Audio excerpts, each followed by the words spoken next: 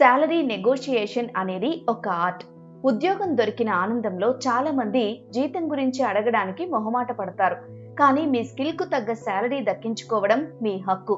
ఈ నెగోషియేషన్ ఎలా ఉండాలి అనే విషయంపై ఎక్స్పర్ట్లు ఇస్తున్న సలహాలు ఇప్పుడు చూద్దాం. మార్కెట్ విలువను తెలుసుకోండి.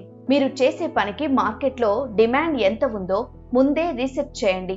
గ్లాస్ డోర్, ఇండీడ్ లాంటి వెబ్సైట్లలో మీ పొజిషన్ కు ఎంత జీతం ఇస్తున్నారో తెలుసుకోవచ్చు.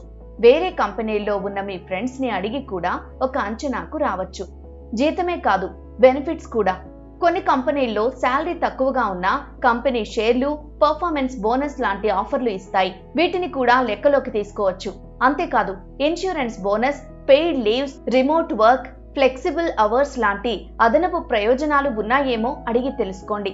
కొన్నిసార్లు ఇవే జీతం కంటే విలువైనవి కావచ్చు. అవసరాలు వద్దు, స్కిల్స్ ముఖ్యం.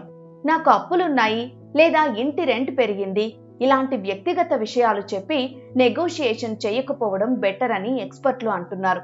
దానికి బదులు మీ స్కిల్స్, అనుభవం, పనిలో మీరు సాధించిన విజయాల ఆధారంగానే శాలరీ నెగోషియేట్ చేయాలని సూచిస్తున్నారు. టైమింగ్ చాలా ముఖ్యం. కొత్త ఉద్యోగం అయితే మీ ఆఫర్ లెటర్ చేతికి వచ్చాక డెడ్ లైన్ లోపు మీ ప్రతిపాదన పెట్టండి.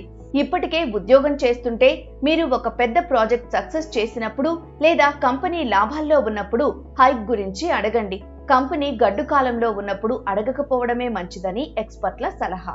ముందే సిద్ధమవ్వండి. మీరు ఎలా మాట్లాడాలి, ఏం మాట్లాడాలి అనే విషయాలను ముందే ప్రాక్టీస్ చేయాలి.